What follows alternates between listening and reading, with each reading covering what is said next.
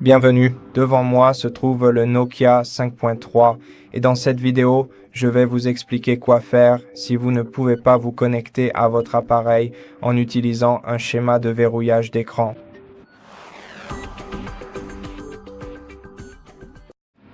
Donc si votre appareil continue d'indiquer schéma incorrect, peu importe à quel point vous essayez et que vous avez fait plusieurs tentatives sans succès, alors la meilleure solution dans ce cas serait de prendre votre temps et d'essayer de vous souvenir du schéma que vous aviez saisi la dernière fois.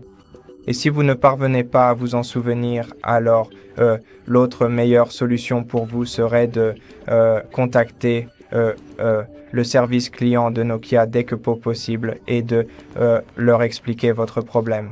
Et si vous pouvez prouver la propriété de cet appareil auprès d'eux, ils vont très probablement vous aider à résoudre votre problème sans qu'il soit nécessaire de supprimer toutes les données personnelles, informations et fichiers de votre appareil. Et dans le cas où cette option ne serait pas non plus disponible pour vous, alors la meilleure autre solution serait simplement d'effectuer une réinitialisation d'usine de votre appareil.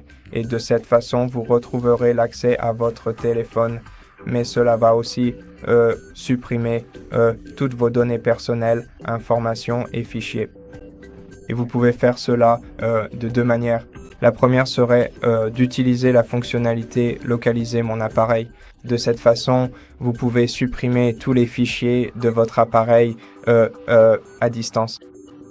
Pour faire cela, il suffit de vous connecter à votre compte Google en utilisant un autre appareil comme un ordinateur portable, une tablette, un autre téléphone et simplement sélectionner votre appareil s'il est connecté à votre compte Google, puis effacer toutes les données de celui-ci. Et ensuite, vous pourrez configurer un nouveau profil pour votre appareil.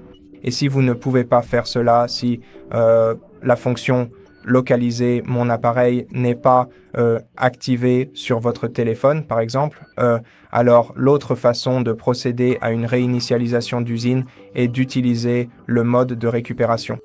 Et si vous avez besoin d'aide pour cela, nous avons une vidéo complète sur notre chaîne qui explique comment faire cela étape par étape. Donc si vous en avez besoin, allez la consulter. Et pour ma part, je pense avoir mentionné tout ce que je voulais. J'espère vraiment que cette vidéo vous a aidé. Et si c'est le cas, pensez à laisser un commentaire ci-dessous pour nous le dire. Abonnez-vous à notre chaîne, laissez-nous un like et je vous retrouve dans la prochaine vidéo.